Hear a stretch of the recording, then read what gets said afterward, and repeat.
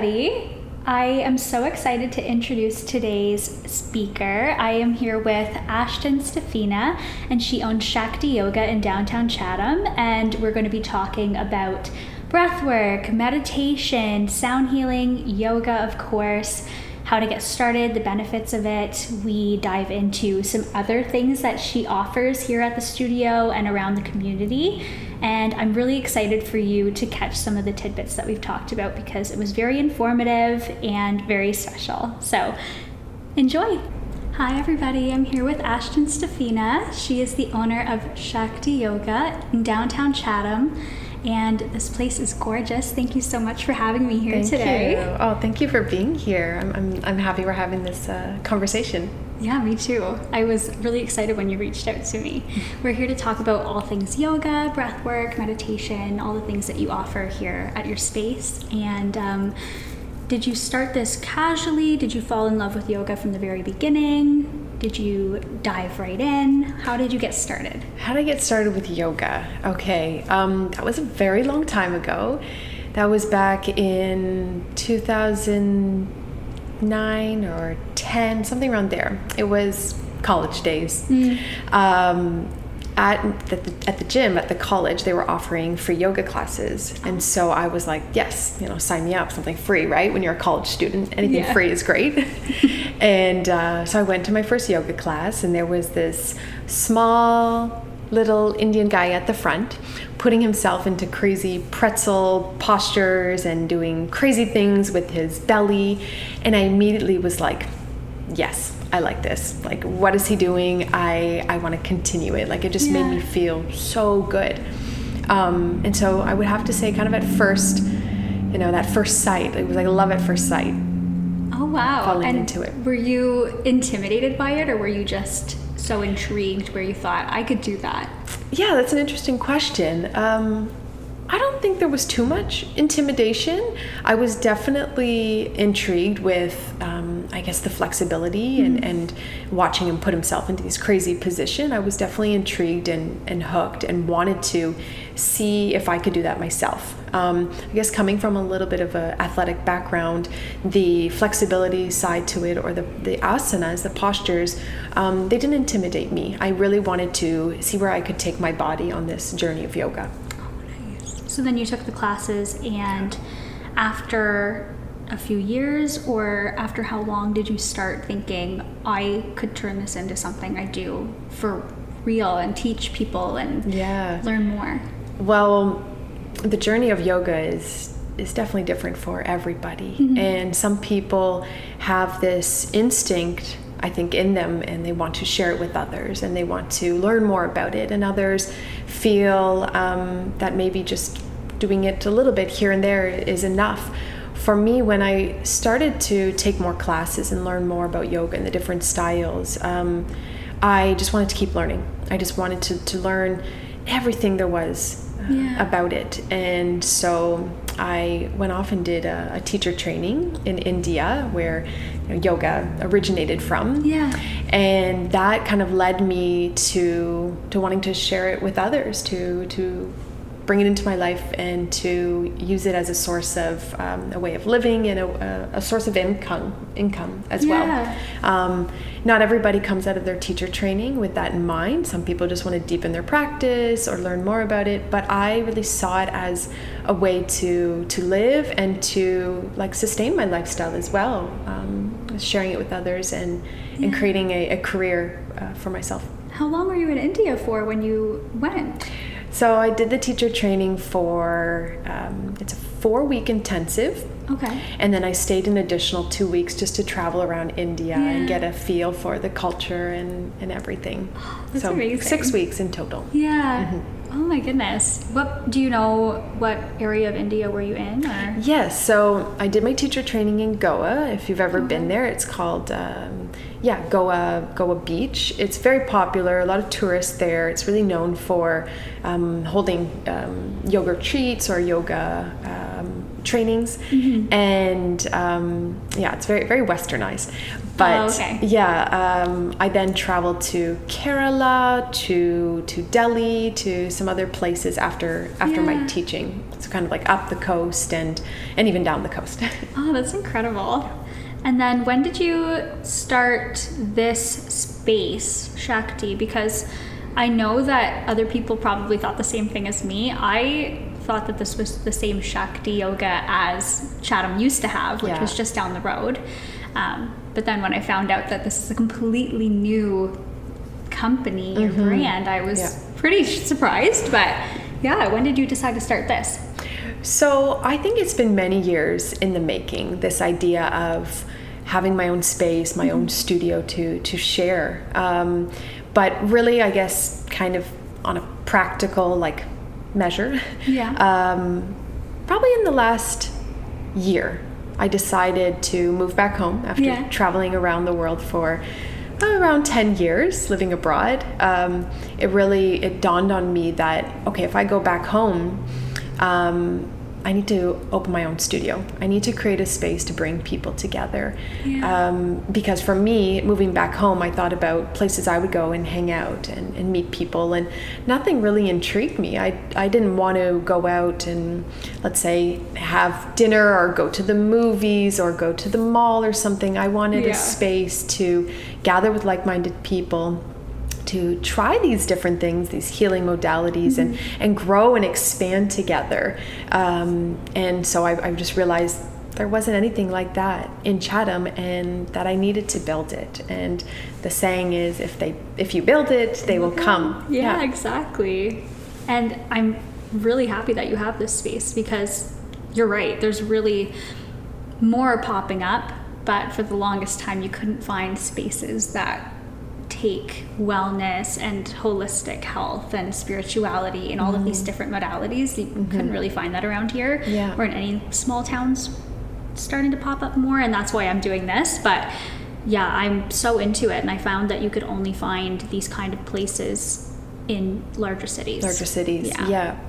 Definitely, because that's where I was introduced to yoga. My college was in Toronto, so there were definitely a lot of studios in Toronto that were doing things like what I'm doing here now at Shakti. And so I had been exposed to it for many years, and then traveling around the world and trying yoga in different countries and learning from different teachers around the world. What I really wanted to do was bring all those teachings back to a place like Chatham that maybe needed it. It needed to step out of the normal way of thinking, stepping out of the box and trying new things. 100%. We need it. So for anybody who doesn't know, because I think that there's a big westernized ideology of how yoga is and what it is, would you be able to break down what is yoga? What are some of the types of yoga that you offer or that exist? And just explain it to anybody. That's a really good question, because like you're saying, in the West, I think when we think of yoga, we think of we're going to a fitness class, we're going to do a workout, and then we're going to come out sweaty and feel good, and then that's about it, and we're going to go back to the rest of our day. Well, when we think of yoga coming from India, it's not just something you fit into your day. It's not something that you just do on the daily, a practice. It is a way of living. Yoga is a way of living. It is an ancient science that's been practiced for many thousands of years in India. And the West took a hold of that and has changed that, has turned it into this going to a yoga studio in athletic clothes, tight clothes, and you're doing the perfect pose, and you're doing the perfect Instagram shot. That's the westernized side of it, and which isn't inherently bad, but I think we're really missing the essence of what yoga is. It's not just for the flexible people. It's not just for a certain type of person. It is for absolutely everybody. And so you have all these different types of yoga. You have something hatha yoga, vinyasa, ashtanga, yin, and I think there's something special about all of them, because they're what yoga means in the literal translation is to yoke, union, to bring together your mind, your body, and your spirit. And so all of those different types of yoga, they're all touching on that, but in their own unique way. Yeah. And so I think this ideology of, well, my yoga is better, you should only practice this type or that type, I think that really hinders us in our development, in our spirituality, in our life. And so there's something good in all of them, whether it's the slow paced one, the restorative one, or the little bit more dynamic and active one. There is beauty in all of it. Yeah, and honestly, dividing it and saying that one is better takes away that union aspect of yoga. Exactly, what its core and what it's about. Wow. So then each different type of yoga, I guess, is like one is more restorative, one is more active, one is more... Yeah, definitely. For example, or coming from different gurus and different teachers or different parts of India. I'll just touch base on a couple. Okay. Like, let's talk about vinyasa, which is a type of yoga where you're linking the breath to the movement. So some people say it's like you're in a flow state. You're continually moving with the breath, kind of in a dance-like way, but there's no dancing experience necessary. In vinyasa, postures, asanas can change a lot. There can be a bit more variety and a little bit more creativity. When you have a lineage like Ashtanga, which is also another dynamic type of yoga, but it's a set of postures. So every practice you're doing the same postures, and some people might find that a bit more comforting and easy to follow. So it really just depends on the person and where you're at on your journey and what you want to practice. And then let's touch base a little bit on the restorative ones. So the slower pace, the ones that are usually done seated on a mat with lots of props, to really slow things down and focus a bit more on the moon energy, so slowing down the yin. Again, there's space for all of them. And to come back to this idea that one way is better than the others, and even in the fitness world of my exercise or my way of training is better, I think it's a really negative way of approaching any sort of like movement or growth or spirituality. It's really, it's all great. It can all expand us and Yeah, exactly. It's like saying that only running is the perfect way to get your cardio in, or biking or whatever.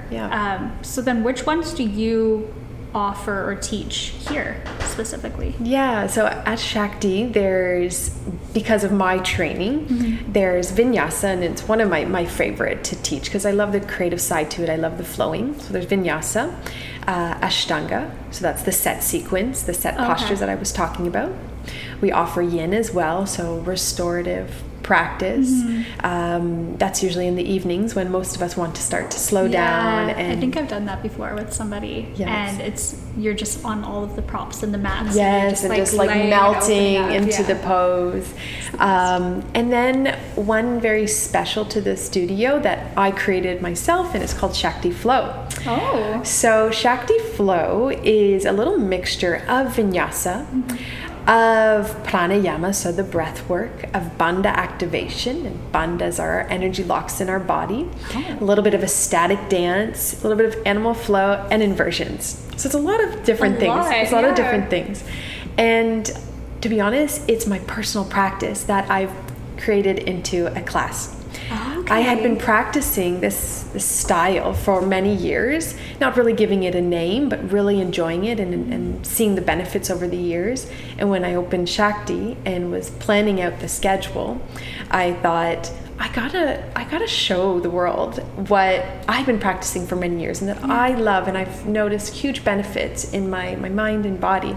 And so that's where Shakti Flow was born. Oh, that's so cool. I kind of want to try it. Except the inversions are a little bit intimidating to me. They can be at the start, but with proper guidance and proper steps, it's really accessible to anybody. And I'm guessing that if you're not comfortable doing a full pose, that there are ways to go around that. 100%. Yes. In yoga, in our practice, we never want to force anything. We want it to just over time, over the journey and the practice, to naturally gain more flexibility and strength. And the asana, what we're kind of working towards, it will come over time. 100%. It just, for everybody, that's different. It might come to somebody in 5 years or for 10 years. And that's not to discourage you about the practice, but it's not so much about the end result and the posture. It's about getting there and what you learn about yourself. Which is easier said than done for some people. I know I'm very result driven, but I'm trying to change that. So maybe yoga is very necessary for me. Yes, maybe it's get you out of your head and out of the perfectionism and So pranayama, is that what it is? Pranayama, Is that specifically the term for breath work? That's right. So pranayama refers to prana as the life force, or in other teachings, chi. So the life force, so our breath. And now it's everywhere popping up, breathwork.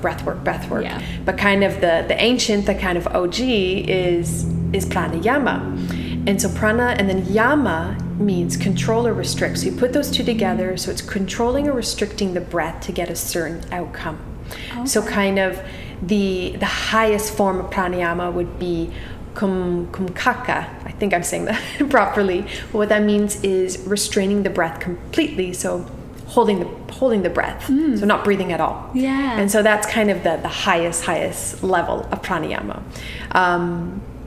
So when we think about pranayama, again, it's controlling, restricting the breath. And not to change the subject a little bit, but it is related. I know that you have done free diving, and that definitely is linked to the breath work that you do, isn't it? Yes, that's right. So I'm trained as a freedive instructor. That's what I was doing prior to moving back to Chatham. Oh, where did you do that? So I did a freediving instructing course on Koh Tao, Thailand. So my whole freediving journey started in Bali in 2020, so 5 years ago.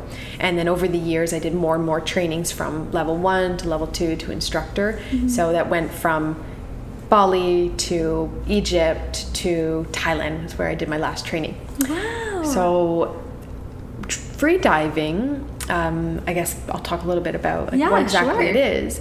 Freediving is, in its simplest term, and I don't like to use it very often because it does scare people a bit, but it is an extreme sport, and it's when you hold your breath and you swim underwater in simplest terms, whether it's swimming at depth or it's swimming the length of a pool, so just below the surface, or holding your breath and submerging your airways in the water, and that's static breath hold. So there's all different categories to it. But me personally, as a freediver, I use meditation, pranayama to enhance my freediving, to train as well. I like to say freediving is like a meditation underwater. So the more calm you are as you freedive, so we're using those meditation practices, the more focused you are and the less you react, the better your freedive is.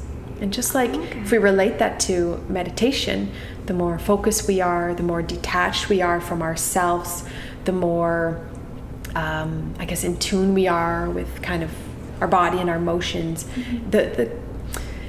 maybe the easier meditation is.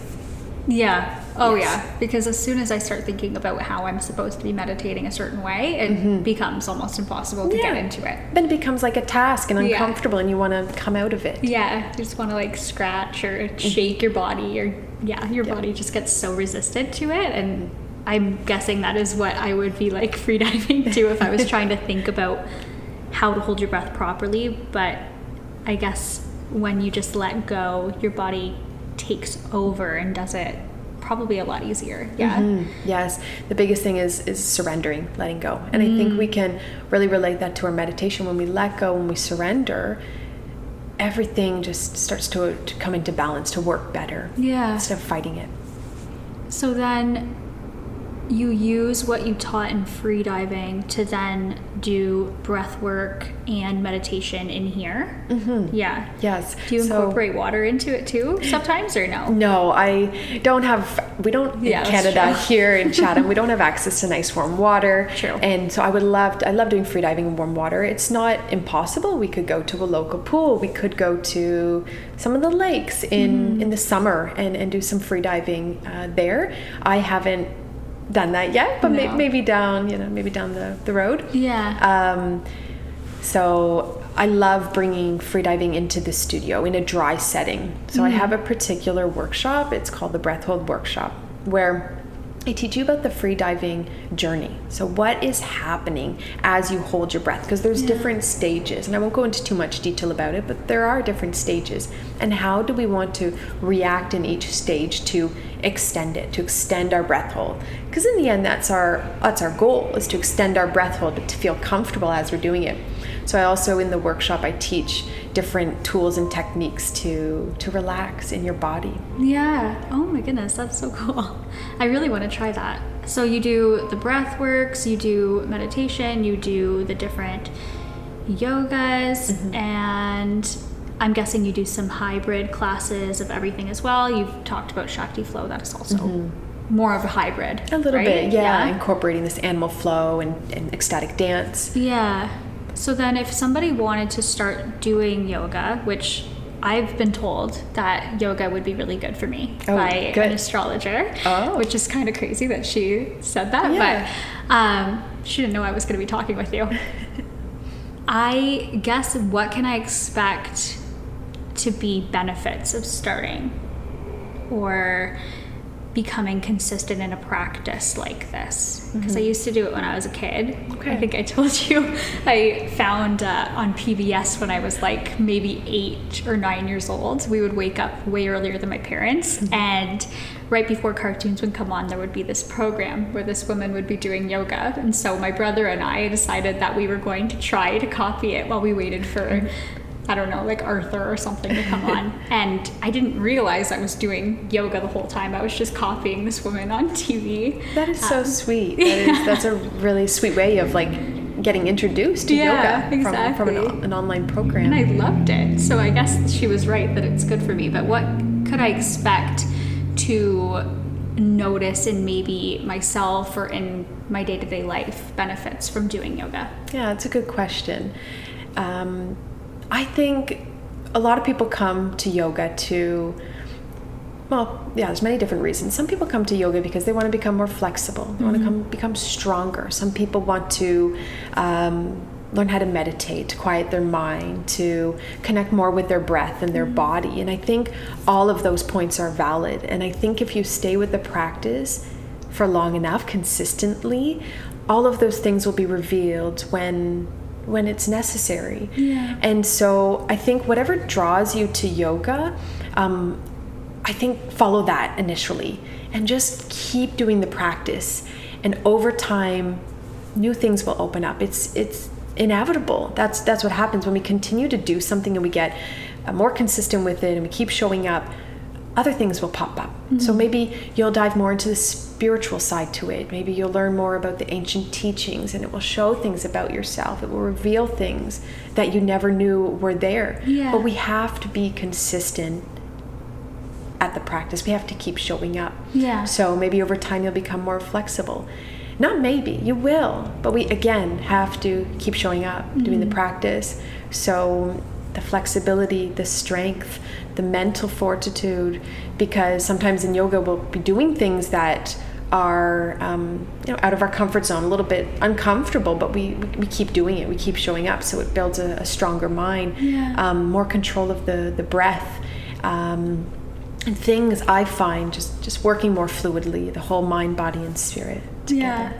And you find that it applies in practice, but also in your day-to-day life. Like you can be calmer when things go wrong or 100%. Stressors come up. 100%.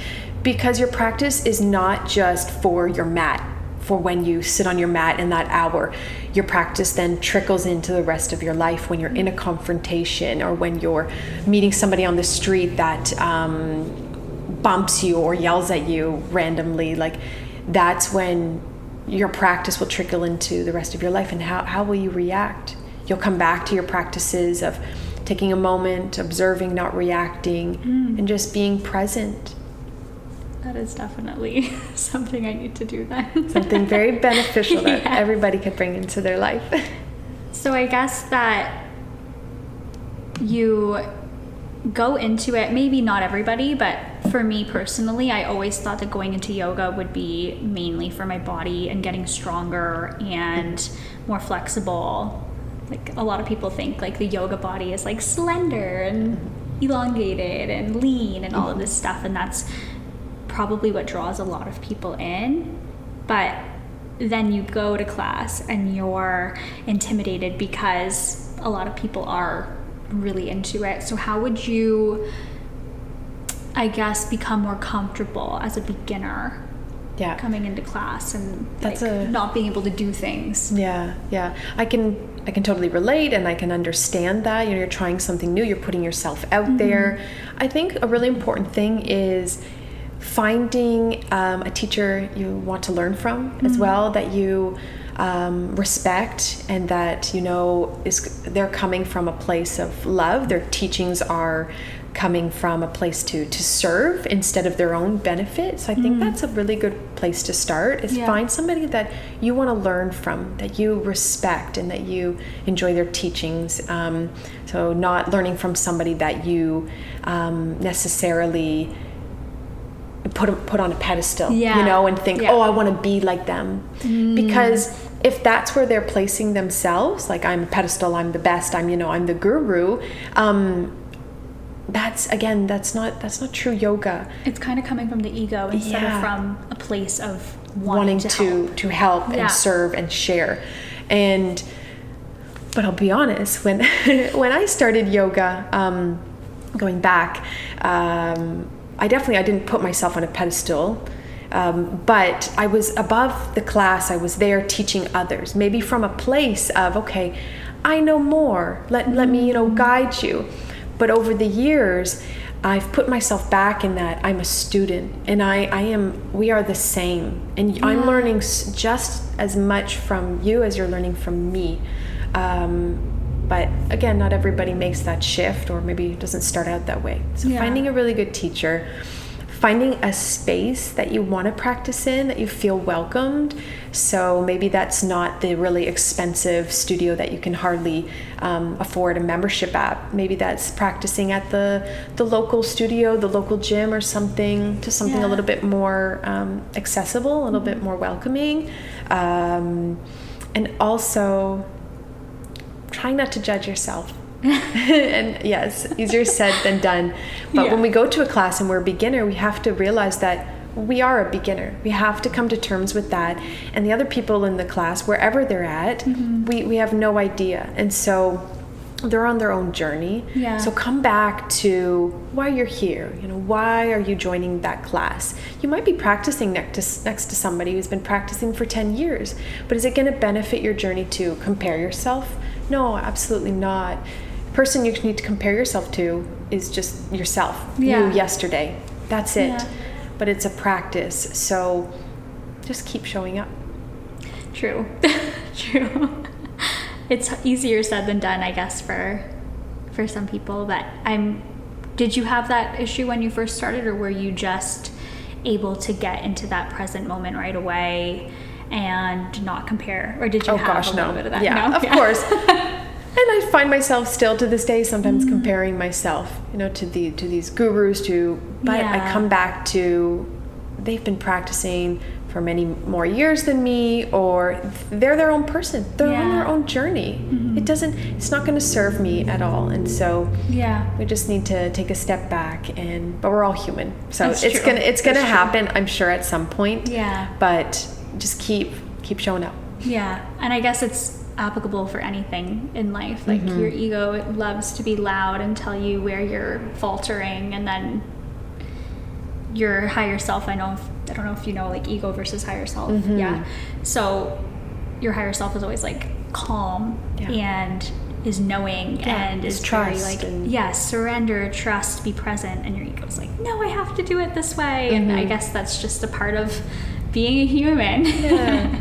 So how would you recommend somebody quiet down and calm their mind during yoga if they're very in their head? Is there anything that helps? Or I guess coming back to some of these teachings, these practices of we're going to be in a busy crowded, loud space. Like, that's just inevitable. And so we have to disassociate. We have to separate ourselves from that, let it be there, and come back to the breath. The breath can always guide you. For the inhale and the exhale, that will really help you to quiet the mind. Yeah. And also becoming the observer in your practice, whether it's sitting in your meditation or you're doing an asana flow, but observing yourself. So not reacting to what the teacher said or the music or what somebody else is doing in their practice beside you, but observing, watching. So in yoga, we always say, take the role of the observer, the watcher. I like to say, watch yourself like you're watching yourself in a movie.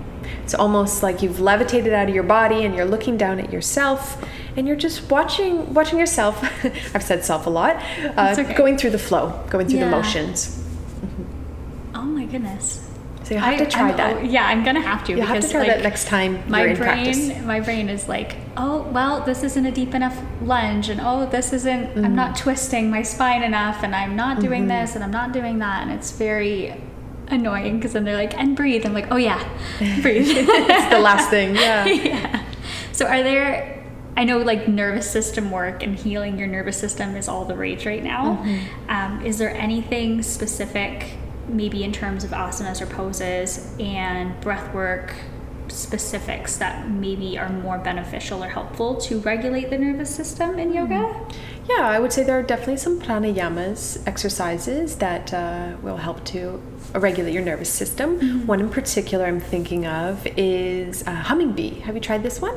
No. Okay, should we try it right now? Okay, so it's called humming bee, and what we're going to do is we're going to inhale through our nose. I'm just going to explain it right now, and then as we exhale, we're going to close our mouth and we're going to make a humming sound like a bee.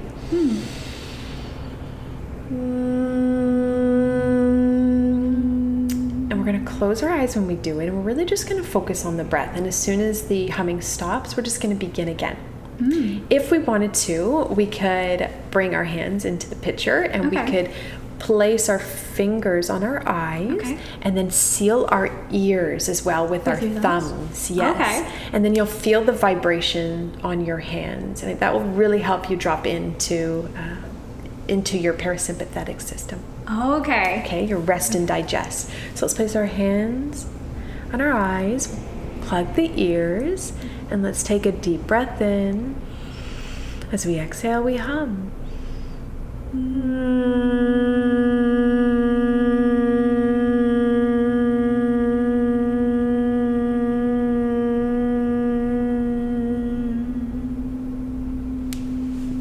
So you can keep doing that for as long as you want until you feel calm and back into your body and back to just observing.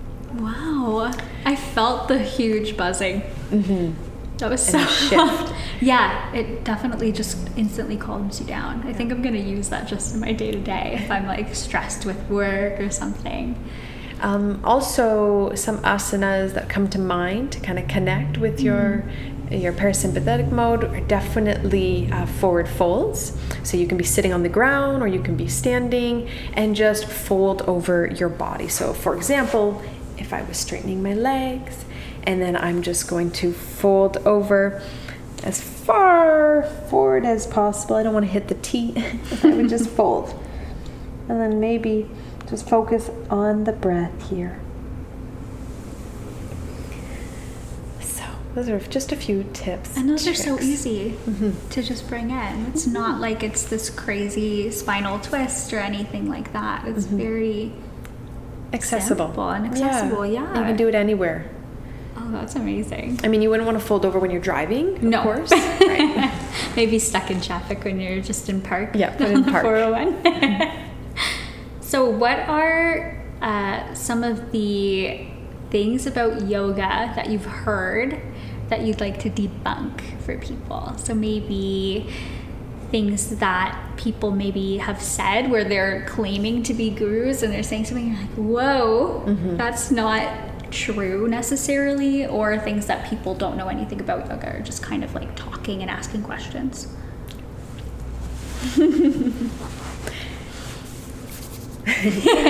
No. I think a really big myth about yoga that I hear a lot in the West and probably in different parts of the world too, because yoga is just all over now, and we've changed it, we've molded it to kind of fit our needs and what we want out of the practice. But when we're coming back to really what is yoga, remember, it's not just a practice that they used to do. It wasn't just something you fit into your life for an hour. It was a way of living. But this idea that yoga is just like it's a workout class. It's just go to the space and do an hour of like a exercise of a workout. Yeah. When I think of a workout, I think of creating strength in my body, mobility, flexibility too, which is all great things. Yeah. But to compare those two, to say that a yoga class is just that, I think again it's doing a lot of disservice and to the practice of yoga. And it's also how do I say, like, yes, just doing a disservice, but not paying respect to this ancient practice that has been created over thousands of years ago and has helped so many people. When we say it's just an exercise program or a workout, we're forgetting about the spirituality side to it, the soul, what it's really about, the yoking the mind, body, and spirit, and moving yourself away from the mind. And there's so many different aspects and facets to yoga. Mm-hmm.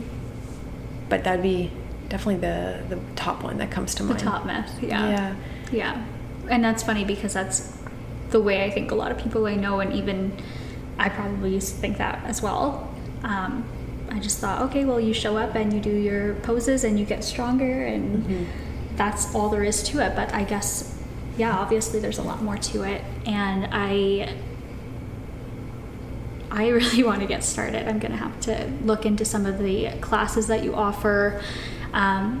I was looking into your page mm-hmm. and saw that you do not only yoga classes, but you also did you do like an outdoor thing I saw, and you were giving proceeds to women's charity? Yeah. So, well, with the summer months, mm-hmm. A lot of people want to be outside more. I understand. I want to be there too in the sun. So we were holding yoga classes outside around. We still are. We currently are outside at Kingston Park, at Civic Center, a spot in Tilbury as well. Oh. So we're doing 1 hour long classes, and teacher there to guide you and whatnot.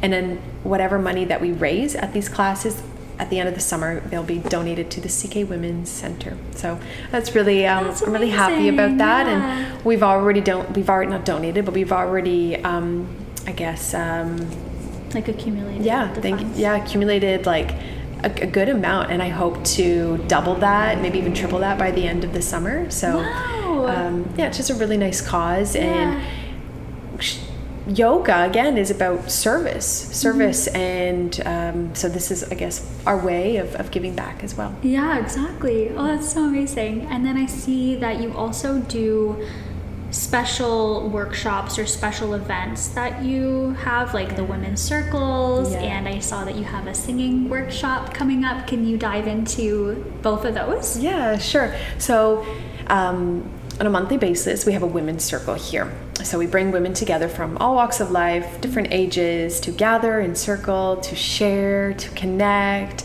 to explore some of these different topics that maybe we wouldn't normally on like a regular kind of one-on-one meeting or meeting at the coffee shop. Like it is an intimate setting, but it's also very casual. So it's bringing each other together in like all of our own specialties, and we had somebody last week who was a musician, and she brought her instruments and she played some music and we sang together, and it really just opened up our heart, and it really reminded us that like at the core of yoga is also community too. So bringing people together and growing together, because we're not meant to do it all alone by ourselves all the time. So we have this women's circle that we have every week. We also, every month. We also share cacao when we're at the circle, which is really a nice heart opener, a warm drink. The other one is this sound workshop coming up. So this is by a London-based award-winning Canadian mantra artist. Her name is Rachel McGeary, and she works with women and help them find their power and find their voice through vocal exercises, through mantra, through meditation. And the feedback from these workshops have been really positive, has helped women like step into their power and like find their voice and stand up for themselves or stand up for their family. So I'm really looking forward to that. That's in September. So September 14th, 1 to 4, if anybody is interested to come. I am. Yeah, we're doing many different things here at the studio. So it's not just a space to come and practice yoga. It's a space to gather in community, to grow together, to evolve, to try these different practices, to try these different things in a safe space that you feel like supported and that you can grow. So things like ecstatic dance, the sound healing, many others. Oh, sound healing. I love sound healing.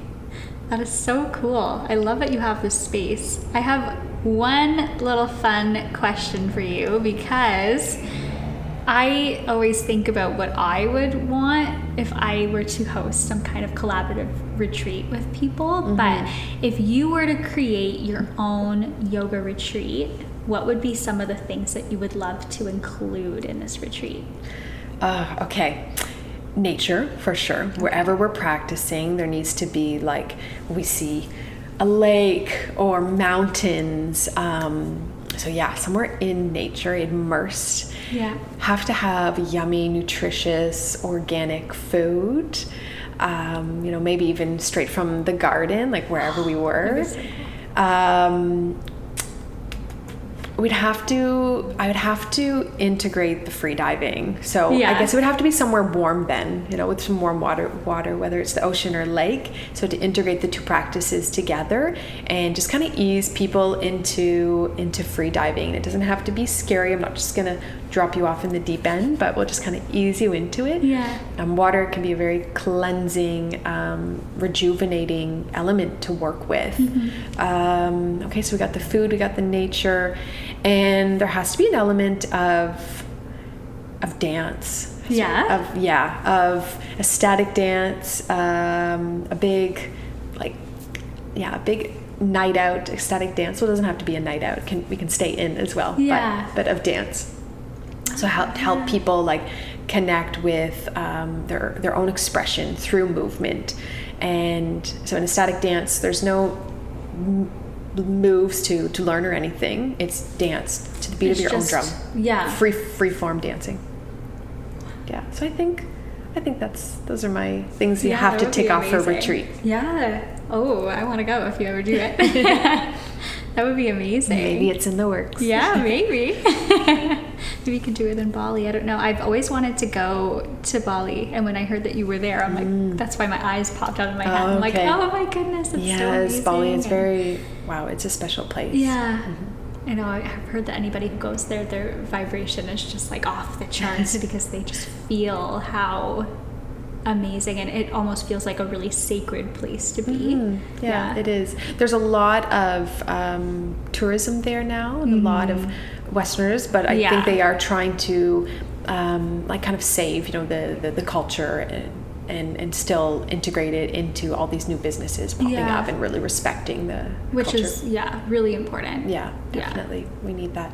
So where can people find you if they want to get started with you, or if they want to look into any events, or just see what you've been up to over here? Yeah, great. Well, you can visit me right here at Shakti, and we're located at 66 4th Street in downtown Chatham.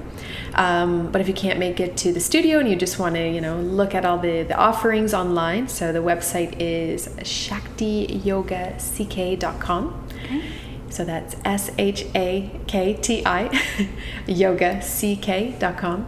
And on all the Instagram, all the social medias. So on Instagram, Shakti Yoga _CK, and a Facebook page as well, Shakti. Oh, perfect. So all those avenues. Yeah, and I'll link all of that in the show notes and make sure that everybody has access to that.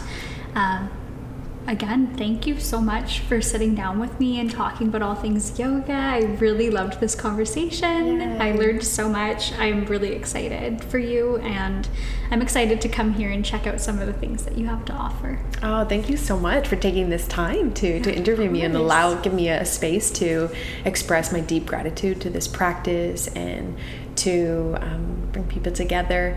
So no, thank you so much, and I look forward to having you at a class or an event and whatever that is. Awesome. All right, thanks for watching, everybody.